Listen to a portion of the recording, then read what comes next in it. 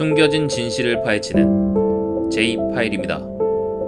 오늘도 한 편의 기록을 시작하겠습니다.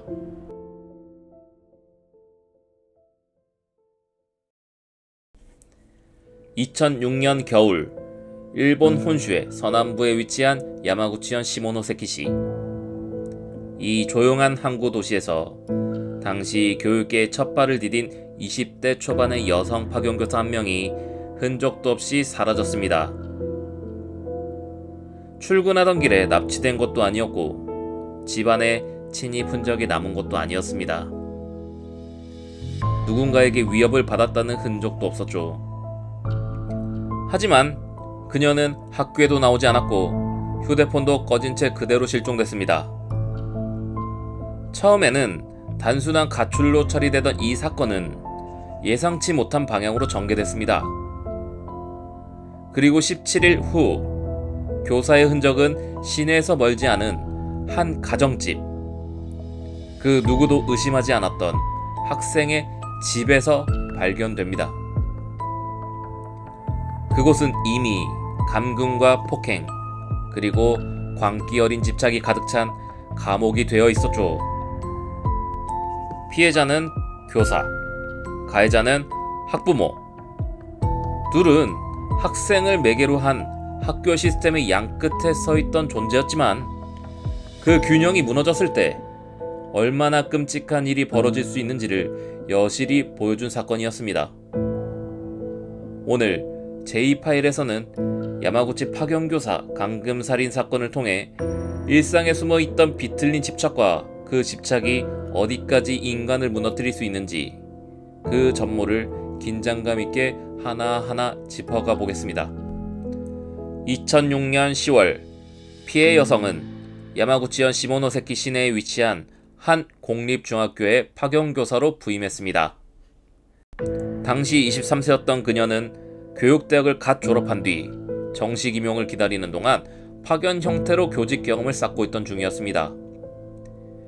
그녀는 주로 2학년 학생들의 생활 지도를 맡았고 학생들과의 관계도 원만했다고 합니다. 학교 동료들은 그녀에 대해 성실하고 준비가 철저한 교사라는 평을 내렸습니다. 아이들과 눈을 맞추며 대화를 나누고 질문에는 빠짐없이 답해 주었으며 수업 외 시간에도 학부모 상담과 특별 활동을 적극적으로 맡아왔습니다.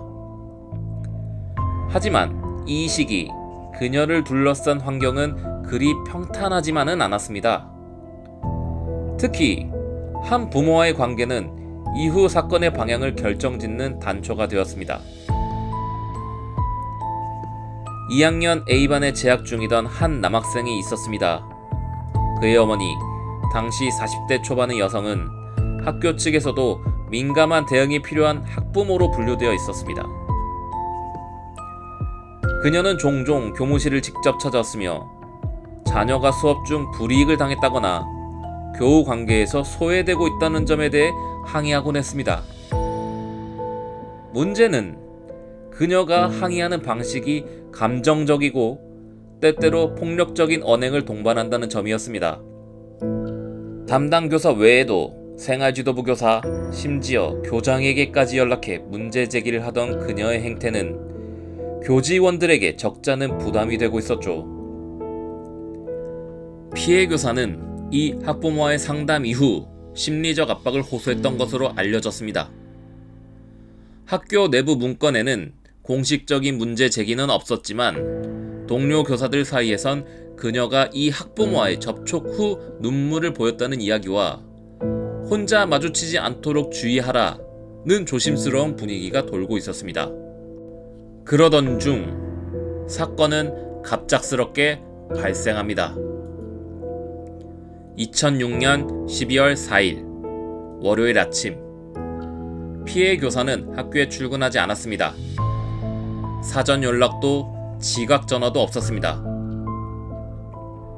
처음엔 단순한 건강 문제로 생각했던 동료들은 하루가 지나도 연락이 닿지 않자 불안을 느끼기 시작했죠. 그녀가 자취 중이던 원룸은 방문이 잠겨 있었고 현관 앞에는 전날 구입한 음식물 쓰레기가 버려지지 않은 채 그대로 남아 있었습니다. 방 안에는 미처 치우지 못한 컵라면 용기가 놓여 있었고, 테이블에는 다음 주 시간표와 수업 자료, 학생 지도 계획서가 정돈돼 있었습니다. 모든 것이 중단된 상태로 남아있던 것이죠. 가족과 학교 측은 다음날 정식으로 실종 신고를 접수합니다. 하지만 경찰은 초반 수사에서 자발적인 가출 가능성을 염두에 두고 움직이게 됩니다. 사회 초년생이 겪는 스트레스, 과도한 업무, 혹은 대인관계 문제로 인해 자발적인 실종을 선택한 게 아니냐는 판단이었죠. 그러나 곧 이 판단은 바뀌게 됩니다. 경찰은 피해자의 생활 반경과 마지막 행적을 확인하기 위해 편의점 CCTV, 인근 상가의 방범 카메라 등을 확보합니다. 그 결과 12월 3일 밤 10시경 피해자가 혼자 편의점에서 음식을 구입하고 자취방으로 돌아가는 모습이 포착됩니다. 이후 외출한 흔적은 확인되지 않았고 휴대전화는 새벽 2시를 마지막으로 꺼졌습니다. 이 상황에서 침입 흔적이 없다는 점은 수사 방향을 바꾸게 만든 결정적인 요인이었습니다. 현관은 안쪽에 잠긴 상태였고 방 안에 외부 침입 흔적도 없었기 때문이죠. 경찰은 이 점을 근거로 피해자가 스스로 문을 열고 누군가를 맞이했을 가능성에 주목하게 됩니다. 즉, 피해자가 아는 사람에게 유인됐을 가능성, 혹은 스스로 따라 나섰을 가능성을 중심으로 조사망을 좁히기 시작한 겁니다. 이 과정에서 평소 교사와 자주 접촉한 인물들을 전수조사하게 되고 자연스럽게 문제의 학부모인 이마이 미호, 이름이 수면 위로 떠오르게 됩니다. 이마이 미호는 경찰 조사에 임하며 태연한 태도를 보였습니다. 자신이 피해자의 실종을 들은 뒤 놀라움을 감추지 못했고 아들과의 학업 문제로 최근에도 상의한 적이 있다고 설명했죠. 하지만 그녀의 진술과 주변 정황 사이에는 미묘한 어긋남이 있었습니다. 특히 12월 4일 새벽 시간, 그녀의 차량 블랙박스가 약 6시간 동안 기록되지 않았다는 점이 드러났습니다. 또한 인근 CCTV에서는 그녀가 집 앞에 무언가 큰 짐을 트렁크에 싣는 장면도 포착돼 있었죠. 이 시점으로 경찰은 실종 사건의 중심에 이마이 미호가 있다는 강한 확신을 갖게 됩니다. 그리고 결정적인 단서는 이웃 주민의 제보로부터 나왔습니다. 피해자가 실종된 지 2주가 지나가던 시점, 시모노세키시 시내 경찰서에 한 통의 신고 전화가 접수됩니다. 신고자는 피해자와 아무런 관계가 없는 일반 시민이었죠. 그녀는 근처에 사는 주민으로 최근 며칠 동안 이웃집에서 이상한 소리가 들린다고 말했습니다. 신고의 내용은 이랬습니다. 낮에는 조용하지만 밤이 되면 여성의 흐느끼는 소리나 비명처럼 들리는 소리가 방 안에서 새어나온다. 처음에는 텔레비전 소리려니 했지만 반복되다 보니 이상함을 느꼈다고 설명했습니다. 그리고 그 소리가 들려오는 집이 바로 2학년 A반 학생의 집, 즉 이마이 미호의 자택이었습니다. 경찰은 즉각 행동에 나섭니다. 이미 이마이 미호를 실종 사건의 핵심 인물로 지목한 상태였던 만큼 즉각적으로 수색영장을 발부하고 12월 21일 아침 8시 그녀의 집에 강제 진입합니다. 현장에 도착한 수색팀은 예상보다 훨씬 빠르게 내부 진입에 성공합니다. 문은 잠겨 있었지만 별다른 저항은 없었고 집 안은 평범한 단독주택의 구조를 하고 있었죠. 하지만 그 안방문을 열었을 때 모든 수사관이 동작을 멈췄습니다. 방 안은 침대와 가구들이 밀려나 있었고 가운데에는 낯선 매트리스와 담요가 쌓여 있었습니다. 그 위에는 움직이지 않는 한 여성의 몸이 누워 있었죠. 현장에서 발견된 여성은 바로 17일 전 실종됐던 후카야마 교사였습니다. 이미 숨은 멎은 상태였고 사망 추정 시점은 경찰의 판단에 따르면 이틀에서 사흘 전이었습니다. 즉 실종된 후 2주 넘게 살아있었던 셈이었습니다.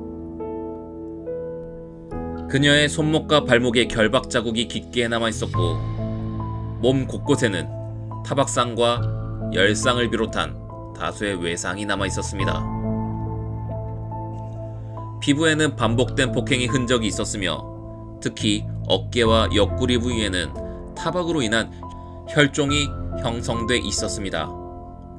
구타, 고문, 그리고 심리적 압박이 동반된 장기 감금에 의심되는 상황이었죠. 현장에는 휴대용 녹음기와 다이어리, 그리고 의료용 도구까지 일부 발견되었으며 범행이 우발이 아닌 계획적이고 지속적인 형태였다는 정황이 차례로 드러나기 시작합니다. 집 안에 있던 이마이 미오는 수색 중 별다른 저항 없이 발견됩니다. 당시 경찰 조사에 따르면 그녀는 당황하거나 도망치려는 모습 없이 평온한 표정을 띠고 있었습니다. 경찰은 그녀를 즉시 체포했고 구금 후 진행된 조사에서 자신이 피해 교사를 감금했던 사실은 인정하지만 그 행위가 자신의 아들을 위한 정당한 항의 과정이었다고 주장했습니다. 사건 이후 밝혀진 바에 따르면 이마이 미오는 피해 교사가 자신의 아들에게 차별적인 대우를 했다고 굳게 믿고 있었으며 이로 인해 아들의 자존감과 학업 능력이 떨어졌다는 생각에 집착하기 시작한 것으로 나타났습니다. 문제는 그 주장이 객관적 증거나 다른 학부모들의 증언과는 일치하지 않는다는 점이었습니다. 교무일지, 상담기록, 다른 교사들의 증언 어디에서도 피해 교사가 해당 학생을 차별하거나 배제했다는 정황은 발견되지 않았습니다.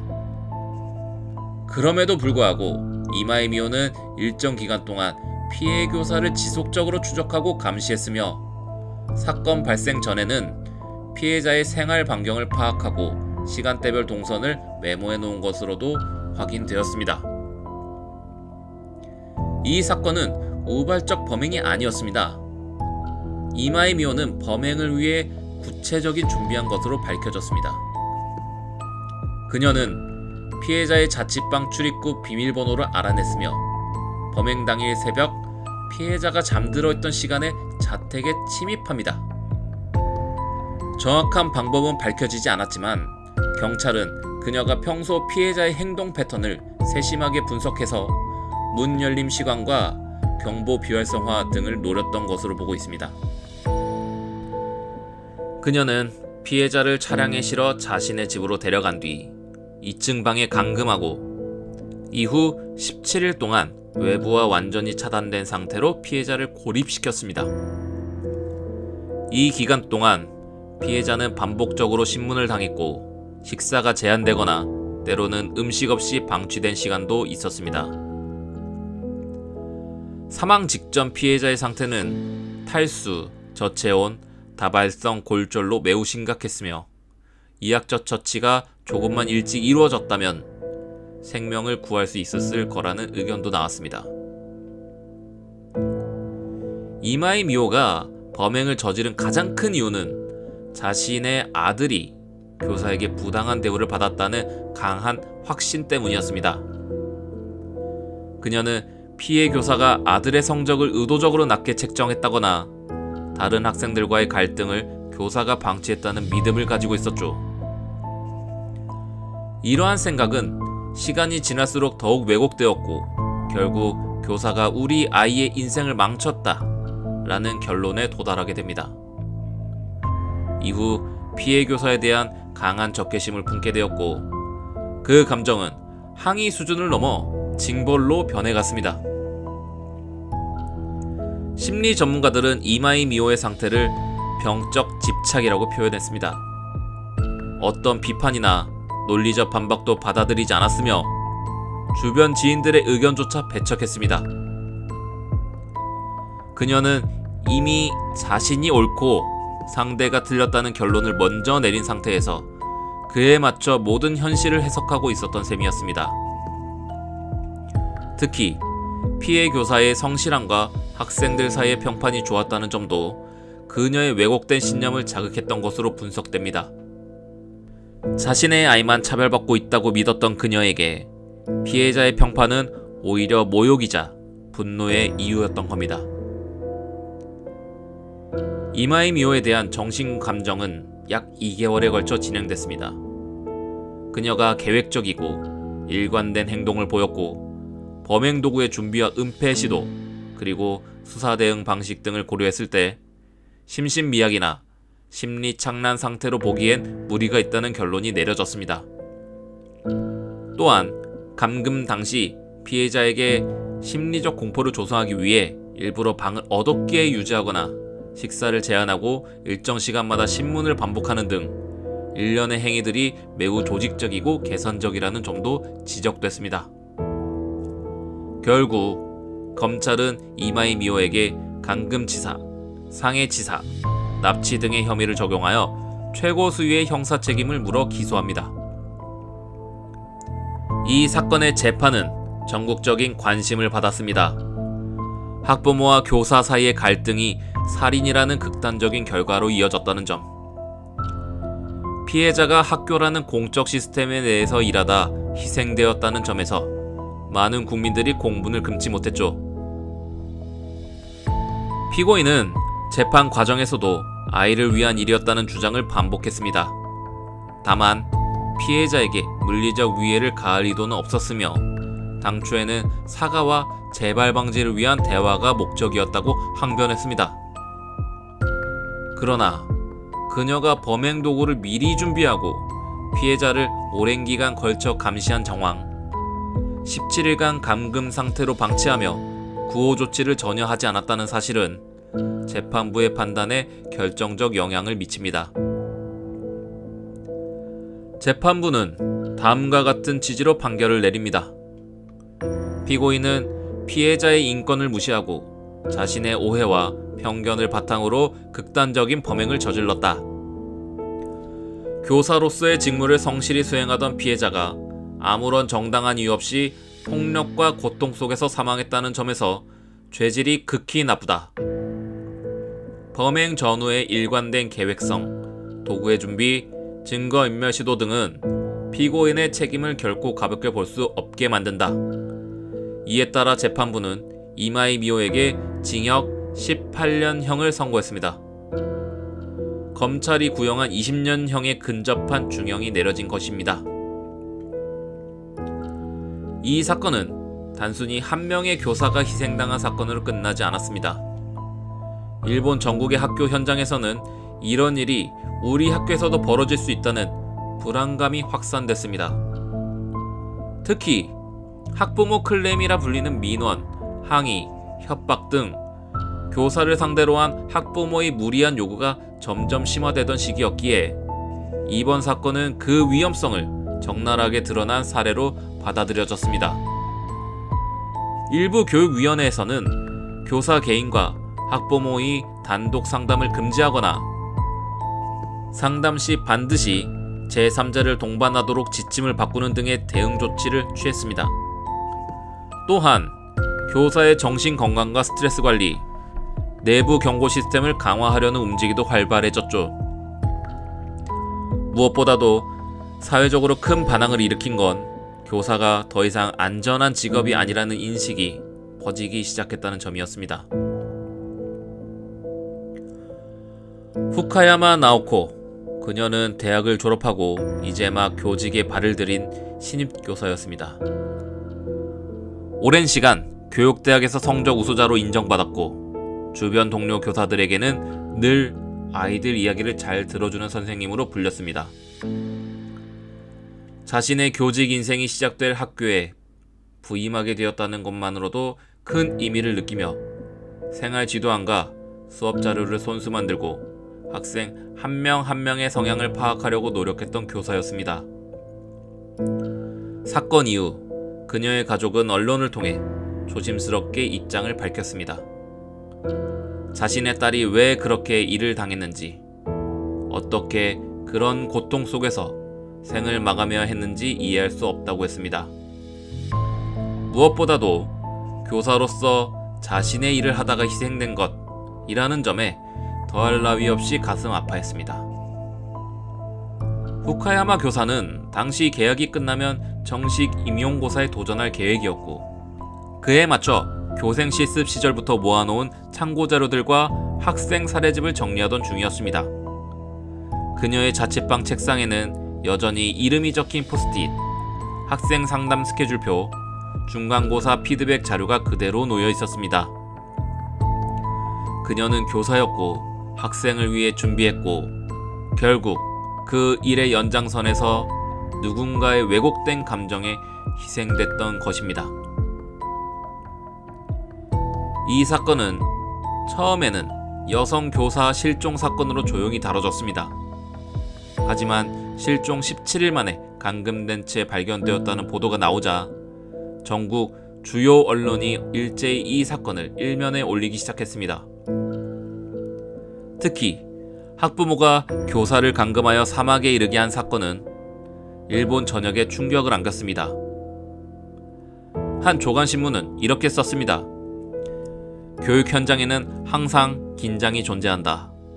하지만 그 긴장이 고통과 죽음으로 이어졌다는 점에서 이번 사건은 단순한 교육 문제를 넘어 우리 사회 전체가 교사를 어떻게 바라보고 있는지 되묻게 만든다. 보도 이후 교직원 노동조합과 교육부는 물론 일반 시민들 사이에서도 피해 교사를 추모하는 메시지가 이어졌습니다. 온라인에서는 내 아이 선생님도 이런 일을 겪고 있을까봐 걱정된다. 이런 일이 다시는 일어나지 않도록 해야 한다는 목소리가 이어졌고, 일부 지역에서는 자체적으로 교사와 학부모의 대면 매뉴얼을 개정하는 움직임도 벌어졌습니다. 일본 교육 시스템이 안고 있는 구조적 문제를 드러낸 사건이기도 했습니다. 가해자는 왜 자신의 분노를 제어하지 못했는가? 피해 교사는 왜 도움을 요청했음에도 보호받지 못했는가? 이런 질문들이 재판 이후에도 계속 이어졌습니다. 물론 가해자의 책임은 분명합니다. 누구도 타인의 생명을 해할 권리는 없으며 그 행위는 어떤 이유로도 정당화될 수 없습니다. 하지만 이 사태를 방지하거나 초기 대응으로 막을 수 있었다면 어땠을까 하는 아쉬움도 분명 존재합니다. 학교는 피해 교사의 경고를 감정적인 대응으로 넘기지 말았어야 했고, 문제 학부모에 대해 더욱 적극적인 개입을 했어야 했습니다. 이 사건을 계기로 일본의 여러 교육위원회는 교사 보호 정책을 재정비하기 시작했습니다. 상담 시 교사 단독 응대를 제한하고 반드시 제3자가 배석하도록 지침을 개정, 학부모로부터 지속적인 클레임이나 괴롭힘이 발생할 경우 공식 대응팀을 통한 중재 실시, 교사 전용 한라인 운영 및 상담 지원 확대. 사건은 법적으로는 끝이 났습니다.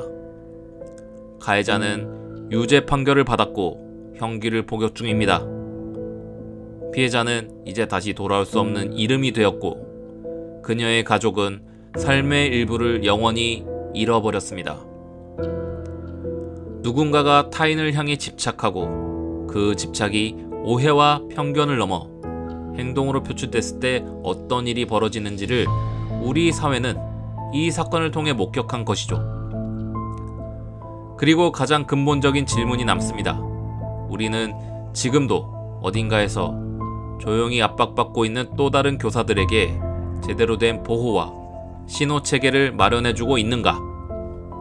이 사건은 한 사람의 광기만으로 설명될 수 없는 구조적인 무관심과 위험 신호를 그럴 수도 있지 하고 넘긴 태도의 집합체였습니다. 어쩌면 이 사건은 지금도 우리 주변 어딘가에서 조용히 반복되고 있는 신호의 연장일지도 모릅니다. J-파일은 앞으로도 사건 그 자체만이 아닌 그 안에 숨겨진 진실과 경고, 그리고 잊혀진 목소리들을 더 깊이 있게 전해드리겠습니다. 문은 안에서 잠겨 있었습니다. 창문도 모두 잠겨 있었고 외부 침입의 흔적은 단 하나도 없었습니다. 하지만 그 방 안에서는 한 여고생이 불에 탄 채로 누워 있었습니다. 누군가 말했습니다. 자살일지도 모른다고. 하지만 가족은 그렇게 생각하지 않았습니다. 그 누구보다도 조용히 평범하게 살아가던 딸. 그날 저녁 평소와 다를 것 없던 아이가 밤새 방 안에서 타버린 이유를 설명할 수 있는 사람은 아무도 없었습니다. 이 사건은 지금까지도 미해결입니다. 방화인지 자살인지 타살인지조차 명확히 결론 내려지지 않았습니다. 수많은 추측과 의혹, 복잡하게 얽힌 관계 속에서 하나의 진실만이 빠져있죠. 오늘 제2파일이 전해드릴 사건은 2004년 일본 혀고현 히메지시에서 벌어진 히메지 여고생 밀실 방화 살인 사건입니다. 2004년 9월 4일 토요일 혀고현 히메지시. 이른 아침부터 마을 이곳저곳에서는 개를 산책시키는 사람들, 농구공 튀기는 아이들, 자전거 타고 슈퍼에 가는 아주머니들까지 평소와 다를 것 없는 풍경이 펼쳐지고 있었죠. 히메지시 북쪽 도심에서 조금 떨어진 주택가. 여기엔 이치카와 가족이 살고 있었습니다. 아버지 타카이로, 어머니 유리에, 그리고 외동딸인 이치카와 마나. 마나는 지역의 여고에 다니던 2학년생, 당시 17살이었습니다. 학교에서는 조용하고 예의 바른 학생으로 통했고 특별히 말썽을 부린다거나 문제를 일으킨 적도 전혀 없었습니다. 성적도 평균 이상, 출석률도 우수.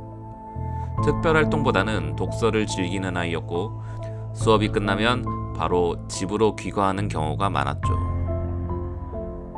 하지만 친구들은 입을 모아서 말합니다. 마나는 조금 속을 알 수 없는 애였어요. 무슨 생각을 하는지 정확히는 모르겠는 느낌? 그녀는 말을 잘 듣고 수능적인 학생이었지만 때로는 예고 없이 약속을 취소하거나 혼자 있는 시간을 유독 중요하게 여기는 모습을 보였다고 합니다. 가정 환경도 안정되어 있었고 부모 모두 맞벌이 직장인이었지만 평일 저녁엔 꼭 가족이 함께 식사를 했습니다. 겉으로는 어디를 보더라도 문제를 찾을 수 없는 평범한 집안이었죠. 하지만 그날 누구도 예상하지 못했던 일이 이 가족에게 찾아오게 됩니다. 2004년 9월 4일 오후 6시 저녁 식사를 마친 이치카와 가족. 식사 후 정리를 하던 어머니는 평소와 다름없이 밝은 표정의 딸을 바라보며 물었습니다. 오늘도 책 읽을 거야? 그러자 마나는 고개를 살짝 저으며 말했습니다. 오늘은 친구랑 통화 약속했어요. 방해 안 받을 수 있게 문 좀 닫아둘게요. 어머니는 고개를 끄덕였고 마나는 방에 들어가 문을 안에서 잠갔습니다. 가족들은 이걸 전혀 이상하게 여기지 않았습니다. 고등학생 딸이라면 어느 정도 사생활은 보장받아야 한다고 여겼기 때문입니다. 이후 마나는 실제로 친구에게 전화를 겁니다. 그녀가 전화를 건 상대는 같은 반 친구 A양.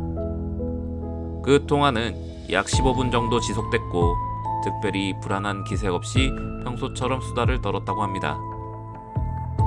그런데 통화가 끝날 즈음 마나는 갑작스러운 톤으로 다음과 같은 말을 남깁니다.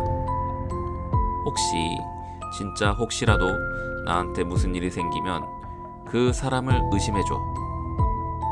A양은 당황했지만 장난처럼 웃으며 넘겼다고 합니다. 그게 누구냐는 질문에도 마나는 대답하지 않았고 통화는 그렇게 종료됩니다. 그리고 이 대화는 만화가 생전에 남긴 마지막 말이 됩니다. 오후 10시 30분, 가족들은 각자의 방으로 흩어지고 집안은 조용한 밤을 맞이합니다. 아버지는 신문을 넘기며 앉아있고 어머니는 부엌에서 작은 빨래를 정리하고 있었죠. 만화의 방에서는 아무런 소리가 들리지 않았습니다. TV 소리도 음악도 없었습니다. 새벽 2시 40분, 어머니는 어렴풋이 잠결에 무언가 이상한 냄새를 느낍니다. 불타는 듯한 약한 냄새. 처음엔 착각이라고 생각했지만 점점 냄새는 진해졌고 창밖을 봐도 외부에 불이 난 곳은 없어 보였습니다. 결국 새벽 3시 15분, 어머니는 만화의 방 앞에 섰고 문틈 사이로 희미하게 연기가 새어나오는 것을 확인합니다.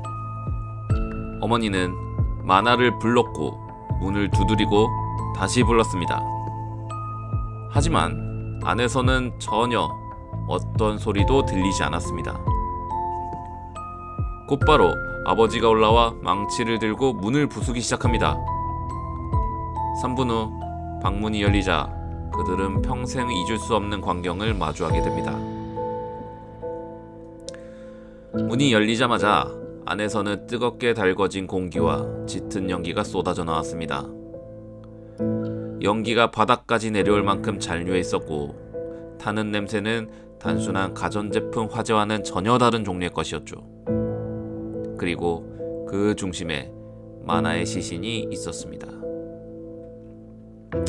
그녀는 침대 위에 이불을 덮은 채 누운 자세로 있었고 신체는 심하게 그을려 있었으며 특히 상반신 부분은 거의 형체를 알아볼 수 없을 정도로 훼손되어 있었습니다. 침대 주변은 불에 타 있었고 책상 쪽으로 불이 번졌지만 이상하게도 벽 쪽은 거의 손상되지 않았습니다. 즉, 화재는 분명히 특정 위치에서만 집중적으로 일어났던 겁니다.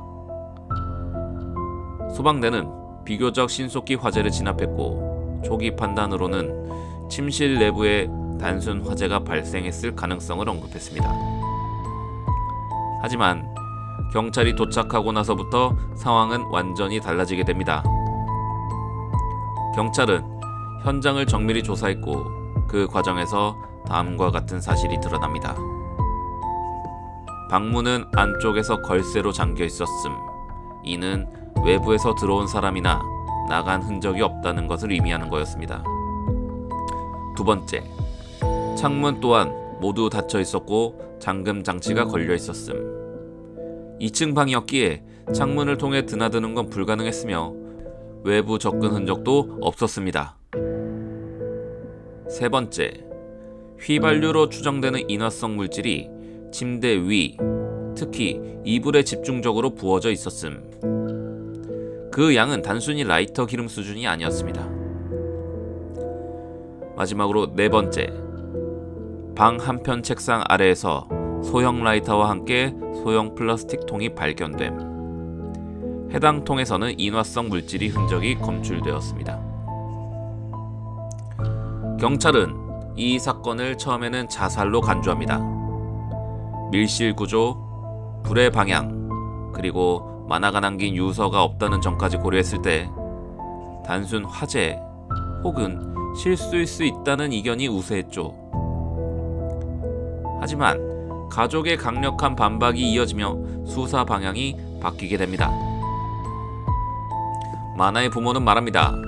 우리 아이는 자살할 이유가 전혀 없습니다. 그녀는 앞으로의 대학 진학 계획을 세우고 있었고 사건 발생 3일 전에는 가족 여행도 계획 중이었으며 전날 친구와도 아무렇지 않은 통화를 나누었다는 사실이 밝혀졌습니다. 게다가 만화의 방에서는 유서나 작별 편지 같은 흔적이 전혀 없었습니다. 오히려 경찰이 조사한 결과 다이어리 속에 찢어진 종이 반쪽이 끼워져 있었고 그 메모에는 이렇게 적혀 있었습니다. 그 사람은 절대 그런 사람이 아니라고 생각했는데 하지만 내 말을 아무도 안 믿겠지? 괜찮아. 나만 알고 있으면 돼. 경찰은 이 메모의 존재를 유족에게 숨겼습니다. 그리고는 내부적으로 자살이 아닌 제3자의 개입 가능성을 염두에 두기 시작합니다. 그러던 중 경찰은 하나의 단서를 발견합니다. 마나가 자주 전화를 걸던 인물, 담임교사 니시다 히로키. 니시다 교사는 마나의 담임이었고 평소에도 성실하고 점잖은 교사로 평가받고 있었습니다.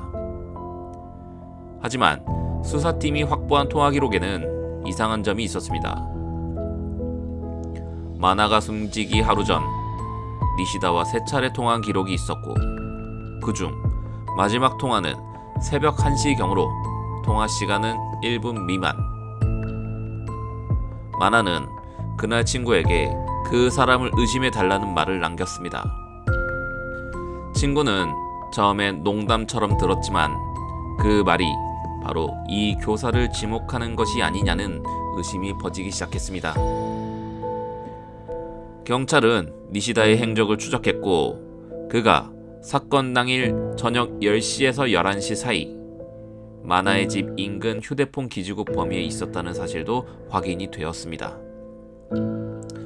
하지만 문제는 방은 안에서 잠겨 있었고 물리적인 침입 흔적이 없었다는 점. 경찰은 니시다를 불러 조사하지만 그는 일관되게 진술합니다.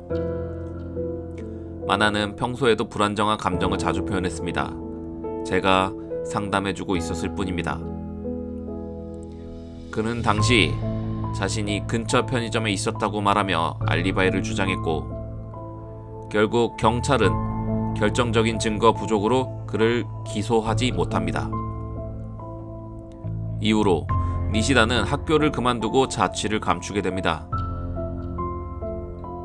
히메지 여고생 방화 사건 이후 1년이 지난 2005년 효고현 아마가사키시 히메지에서 그리 멀지 않은 지역이었습니다.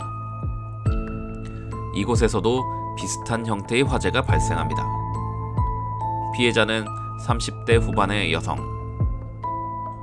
소형 아파트 2층 본인의 방 안에서 새벽에 불이 나 전신 화상을 입고 사망했습니다. 이 사건 역시 방의 내부에는 잠겨 있었고 창문은 굳게 닫혀 있었으며 인화성 액체가 침대 주변에 뿌려져 있었고 피해자는 움직인 흔적 없이 그대로 누운 채 타들어간 상태로 발견됐습니다. 현장 구조는 히메지 사건과 거의 같았습니다. 경찰은 두 사건 사이의 유사성에 대해 일부 주목했지만 피해자 간 접점이 없고 사회적 관계에 전혀 다르다는 이유로 연관성을 부정했습니다. 하지만 이 사건을 눈여겨본 이는 따로 있었습니다. 바로 마나의 어머니 유리에 씨였습니다. 그녀는 이 사건의 보도를 접하고 이건 분명 마나의 사건과 같은 범인의 소행이라고 확신했습니다. 그녀는 직접 신문사에 연락해 기자를 만나고 사건 현장의 위치와 보고서 일부를 확보해 히메지 사건과 나란히 비교하는 자료까지 정리하게 됩니다. 하지만 경찰은 그런 의견을 공식적으로 받아들이지 않았고 해당 사건 역시 미결 상태로 남게 됩니다. 마나의 부모는 사건 이후 삶이 완전히 바뀌었습니다. 평범했던 부부는 그날 이후 사건의 진실을 쫓는 사람들이 됩니다. 유리에 씨는 딸이 남긴 다이어리, 노트, 컴퓨터, 메신저, 이메일, 심지어 쓰다 남은 연습장까지 하나하나 분석하기 시작합니다. 그중 일부에서는 의미심장한 메모들도 발견되었습니다. 예를 들면 이런 내용입니다. 말을 안 들으면 다 무너뜨릴 수 있다고 했다. 어디까지 농담인지 모르겠다. 도망쳐야 할까? 근데 어디로?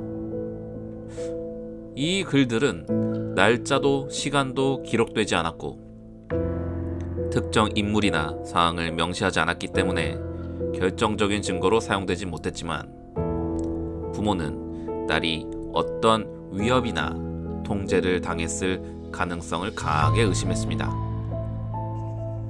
특히 어머니 유리에는 마나가 평소에 자주 써오던 노트 안에 끼워져 있던 봉투를 발견합니다.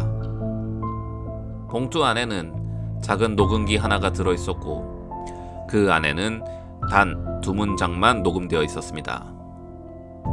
나 진짜 그 사람 믿었거든. 근데 이제 못 믿겠어. 이 음성은 마나의 본인의 목소리였습니다. 히메지 방화 사건은 2004년부터 수사가 시작되어 약 3년간 다양한 가능성이 검토되었지만 결정적인 증거가 나오지 않아 공소시효를 넘기며 미제로 종결됩니다. 경찰은 외부인의 개입 정황이 불확실하고 자살 또는 사고 가능성도 배제할 수 없다는 입장을 유지했습니다. 하지만 가족과 일부 탐사 저널리스트들은 아직도 주장합니다. 그 방은 자살할 수 있는 구조가 아니었다고. 다음은 마나의 아버지 타카히로 씨가 한 잡지의 인터뷰에서 남긴 말입니다.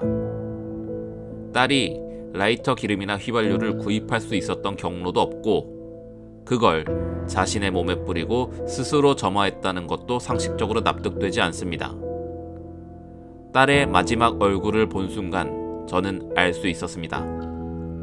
그 아이는 누군가에게 죽임을 당한 겁니다. 그는 이후 사건을 기록으로 남기기 위해 개인 블로그와 자비 출판까지 진행했고 현재까지도 히메지 시내에서 이 사건을 기억하는 소규모 추모회가 매년 열리고 있습니다. 히메지 여고생 밀실 방화 사건은 단지 미제 사건으로 남은 슬픈 이야기만이 아닙니다.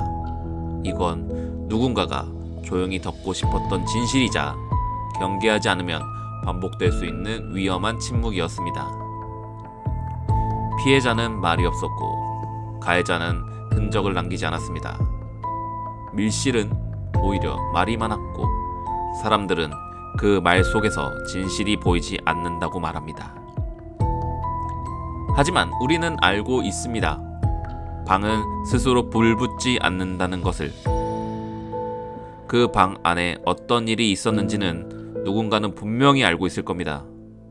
그 사람이 지금도 그곳 어딘가에 살아있다면, 그리고 같은 어둠을 마음속에 품고 있다면 이 이야기는 끝나지 않은 이야기입니다. 히메지 여고생 밀실 방화 사건. 그 방의 문은 아직도 완전히 닫히지 않았습니다.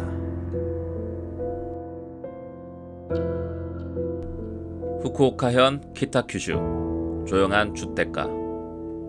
모두가 아는 얼굴들끼리만 어울리는 이 동네에서 이상한 일이 반복되기 시작합니다. 누군가 갑자기 식사 중 쓰러졌고 병원에 실려갔지만 곧 사망했습니다. 그리고 몇 달 후 또 다른 누군가가 심장마비로 사망했죠. 다들 평범한 주부였고 사망 전날까지 아무런 건강 이상도 없었습니다. 처음엔 그 누구도 의심하지 않았습니다. 나이도 있었고 스트레스 때문일 수도 있었으니까요. 하지만 이상하게도 세 번째 희생자가 나타난 이후 동네에는 소문이 퍼지기 시작합니다. 그 사람 죽기 전에 땡땡씨가 만든 도시락 먹었다고 하더라. 오늘 우리가 다룰 이야기는 단 한 사람의 이름을 둘러싼 죽음의 연속입니다. 후쿠오카 주부 연속 독살 사건, 그 미스터리의 시작입니다. 2002년 11월 3일 후쿠오카현 기타큐슈시 고쿠라 미나미쿠. 이 지역은 오랜 시간 한 곳에서 살아온 사람들로 구성된 비교적 폐쇄적이고 안정된 주택단지였습니다. 그날 마을의 주부 모임 중 한 명이었던 미우라 유코 씨가 집 근처 슈퍼에서 장을 보고 돌아온 직후 식사 중 갑자기 호흡곤란 증세를 보입니다. 그녀는 남편에게 숨이 안 쉬어진다라는 말을 남기고 쓰러진 뒤에 병원으로 긴급 이송됐습니다. 하지만 병원 도착 30분 만에 심정지로 사망하게 되죠. 병원 측은 1차적으로 급성 심근경색을 진단했고 시신은 해부되지 않았습니다. 유코 씨는 평소 건강이 좋았지만 가끔씩 고혈압 약을 복용하고 있었고 50대 후반이라는 나이도 있었기에 갑작스러운 죽음이 그다지 이상하게 여겨지지 않았습니다. 장례식은 조용히 치러졌고 사람들은 너무 안 됐다라는 말만 남긴 채 일상으로 모두 돌아가 버렸죠. 하지만 이 사건은 단지 첫 번째 장에 불과했습니다. 2003년 6월 또 다른 희생자가 나타납니다. 사망자는 이케다 마사요. 유코 씨가 사망한 지 약 7개월이 지난 시점이었습니다. 마사요 씨는 마을 내 생협 활동을 활발히 하던 인물이었습니다. 특히 음식 나눔 봉사와 도시락 만들기 모임 등 이런 곳에 자주 참여했고 사망 전날엔 주부 모임에서 제공된 도시락을 먹은 뒤 갑자기 구토와 어지러움을 호소했습니다. 남편이 급히 구급차를 불렀지만 병원 도착 직후 그녀 역시 심장마비로 사망하게 됩니다. 두 번째 사망도 처음엔 특별한 주목을 받지 못했습니다. 하지만 간호사 출신이었던 마사오 씨의 여동생이 유족들의 동의하에 시신 부검을 요구하게 되면서 상황은 달라집니다. 그리고 국립법의학연구소의 정밀 검사 결과 사망 원인은 단순 심장마비가 아니라 소량의 디곡신, 즉 독극물 계열에 의한 심장 기능 마비였다는 사실이 밝혀집니다. 디곡신은 심장질환 치료제이자 독극물로도 분류되는 성분으로 지나치게 복용할 경우 부정맥, 혈압저하, 심정지를 일으킬 수 있죠. 경찰은 즉시 마사요 씨의 식사 이력과 주변 인물 조사에 착수하게 됩니다. 그리고 이 과정에서 그녀가 먹었던 도시락이 동네 주부 모임에서 제공된 것이며 그 도시락을 만든 사람이 바로 기무라 에미코 씨라는 사실이 드러나게 됩니다. 이름이 처음으로 등장한 것이죠. 하지만 이건 시작에 불과했습니다. 기무라 에미코는 이 지역에 살고 있던 50대 주부로 마을의 정보통이자 모든 모임의 중간자 역할을 자처하던 인물이었습니다. 음식 솜씨가 좋고 성격도 부침성이 있었던 그녀는 누구에게나 살갑게 대했고 생협 활동과 봉사도 빠지지 않았습니다. 언뜻 보면 의심의 여지조차 없는 그야말로 신뢰받는 지역 어른 같은 존재였죠. 하지만 경찰은 조사를 시작하면서 이상한 점들을 하나 둘 발견하게 됩니다. 그녀는 늘 음식을 준비할 때 혼자 남는 시간을 고집했습니다. 조리를 끝낸 도시락은 항상 밀봉되어 직접 배달되었고 배달 직후 바로 먹도록 권유했다고 합니다. 심지어 그녀가 만든 도시락을 먹고 복통을 호소한 이웃들도 덜어 있었지만 그때는 그냥 상한 걸까 보다 하고 넘겨졌습니다. 경찰은 이 시점부터 기무라를 비공식적인 감시 대상에 올립니다. 그녀의 약 구매 이력, 병원 기록, 음식물 취급 습관까지 전방위적으로 조사하기 시작했죠. 하지만 문제는 그녀가 너무도 일상적이고 평범한 주부의 모습을 벗어나지 않았다는 점이었습니다. 기무라는 경찰 조사에 단 한 번도 동의하지 않았고 내가 만든 도시락 때문에 사람이 죽었다는 건 말도 안 되는 억측이에요 라고 단호히 말했습니다. 그리고 시간이 흘러도 직접적인 증거는 나오지 않았습니다. 그런데 그해 겨울 세 번째 피해자가 발생합니다. 2004년 1월 세 번째 피해자는 63세 여성 타카하시 에미. 그녀는 생협 내 고령 회원이었고 평소 기무라와 함께 봉사를 하거나 종종 식사도 함께하던 사이였습니다. 에미 씨는 그날도 점심 도시락을 받아들고 집에서 식사를 한 후 1시간이 채 지나지 않아 전화 중 갑자기 쓰러졌습니다. 이웃이 곧장 구조 요청을 했지만 병원 도착 전 이미 사망한 상태였고 의료진은 그녀의 눈동자와 입 주변에 남은 발적 반응을 이상하게 여겨 부검을 요청하게 됩니다. 그리고 이 부검에서도 디곡신 성분이 검출됩니다.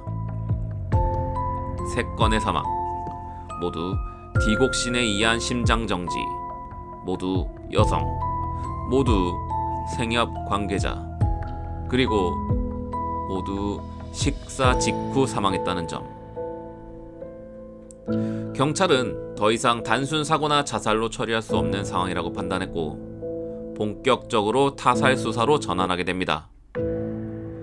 기무라의 이름은 세 사건 모두에 등장하고 있었고 그녀는 공식적으로 용의자로 지정되지는 않았지만 경찰 내부에서는 강력한 1차 피의자로 분류되기에 이릅니다.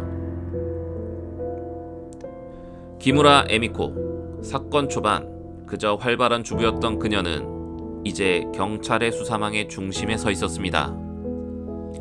하지만 경찰은 여전히 직접적인 증거 부족이라는 벽에 부딪히고 있었습니다. 모든 피해자에게 도시락을 건넨 건 분명 그녀였지만 그 도시락 안에서는 디곡신이 검출되지는 않았습니다. 섭취 후 시간이 지나고 남은 음식물은 이미 폐기된 상태였기 때문이죠. 그래서 경찰은 시선을 달리합니다. 기무라는 디곡신을 어디서 구했는가? 이 물질은 의약품으로 분류되며 처방 없이 구입할 수 없습니다. 조사 결과 기무라는 1999년부터 2002년까지 간병인 아르바이트를 하면서 병원에서 일했다는 사실이 밝혀졌습니다. 그 병원은 고령 환자 대상 심장질환 치료가 특화된 곳이었고 디곡신을 포함한 심장 약물들을 일상적으로 취급하던 의료기관이었습니다. 당시 병원 관계자들은 기무라는 3년 동안 별 문제 없이 일했고 약품 보관실에는 일반 직원이 출입이 제한되어 있었다고 진술했습니다. 하지만 경찰은 그녀가 청소와 쓰레기 처리 명목으로 약품이 버려지는 트레이에 접근할 수 있었다는 점을 주목합니다. 즉, 사용하고 남은 약, 폐기 예정 약물 등을 통해 디곡신 소량을 확보할 수 있었을 가능성이 있었던 겁니다. 또한 경찰은 기무라의 집을 수색했지만 디곡신 원액이나 약병 같은 직접적인 물증은 발견되지 않았습니다. 단지 조미료통 중 일부에서 미량의 비정상적인 잔류성 물질이 검출되었고 이는 향후 수사의 간접 정황 증거로 활용되게 됩니다. 하지만 이 정도로는 살인죄로 기소하기엔 턱없이 부족했죠. 사건이 전국 언론에 알려지자 기타 큐슈 지역은 말 그대로 공포에 휩싸입니다. 특히 기무라와 가까웠던 주부들 사이에서는 그녀가 정말 사람을 죽였을 리 없다는 주장과 진짜일지도 몰라 우리도 당할 수 있었다는 거잖아 라는 공포심이 교차했습니다. 기무라는 TV 인터뷰 요청도 거절했고 취재진 앞에 서지도 않았습니다. 집에 머물며 외출을 최소화했고 경찰 조사 외에는 아무 말도 하지 않았죠. 그런데도 그녀는 마을 안에서 완전히 고립되지는 않았습니다. 그녀를 감싸는 몇몇 이웃들은 이렇게 말합니다. 에미코 씨는 원래 몸이 약한 사람 돌보는 일도 많이 했어요. 모임에 나오면 항상 남들 것보다 정성스럽게 도시락을 싸왔고요. 이런 사건에 엮일 사람이 아니에요. 그들의 진심 어린 신뢰는 때로 무지였고 어쩌면 무서운 공범적 침묵이었을지도 모릅니다. 한편 경찰은 기무라가 다른 사람에게 독극물 사용법을 알려준 정황을 확보하게 됩니다. 그녀의 전 생협 지인 중 한 명이 기무라에게 이 약은 소량만 먹여도 위험하다는 말을 들은 적이 있다고 증언한 것이었죠. 이 증언은 기무라에게 유죄를 입증할 수 있는 동기나 지식을 보여주는 간접 증거였지만 역시나 일본 형사법상 기소 요건을 충족시키기엔 미약한 수준이었습니다. 2005년 12월 기무라 에미코를 둘러싼 3번의 사망사건은 모두 심장마비와 우연한 식사 후 돌연사로 기록돼 있었습니다. 경찰은 여전히 그녀를 유력한 용의자로 보고 있었지만 일본법상 기소에 필요한 직접 증거 부족이라는 한계 앞에 번번이 부딪혔습니다.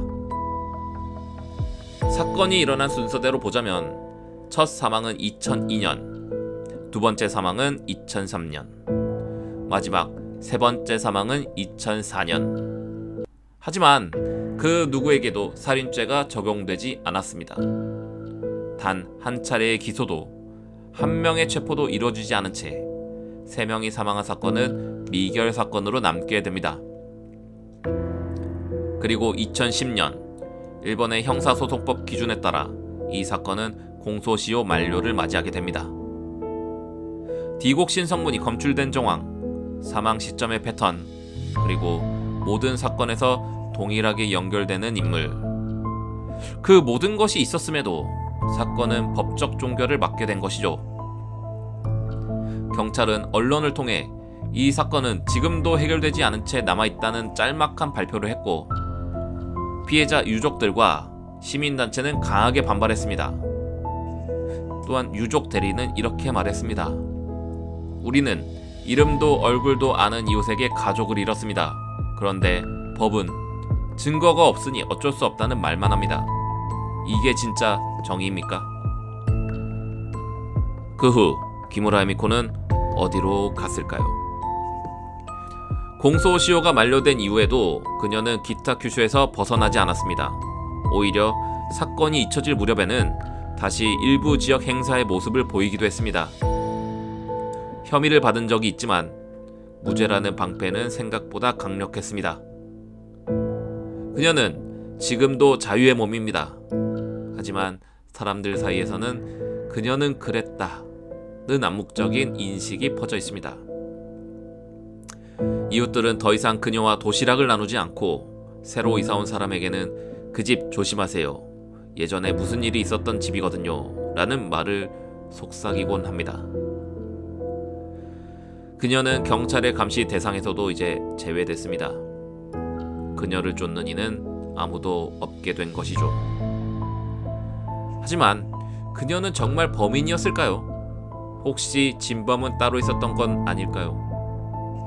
모든 정황이 그녀를 가리켰고 그녀만이 독극물에 접근할 기회와 수단, 동기를 갖고 있었지만 법적 판단은 끝내 내려지지 않았습니다. 그런 이유로 이 사건은 지금까지도 죽이는 친절함, 일본형 독살 미제 사건의 대표적 사례로 남아있습니다. 3명의 주부가 도시락을 먹은 후 쓰러졌습니다. 심장마비로 죽은 것처럼 보였고 죽은 그 자리엔 아무도 없었습니다. 범인이 있었다는 증거는 충분했습니다. 하지만 법정에 설 수 있는 증거는 없었습니다. 그녀는 여전히 살아있고 이름과 얼굴은 공식 기록에 남지도 않았습니다. 그 어떤 죄목도 벌도 낙인도 없이 그저 조용한 살인의 풍경 속에 섞여 있을 뿐입니다. 오늘의 J파일 여기까지입니다. 청취해주셔서 감사합니다.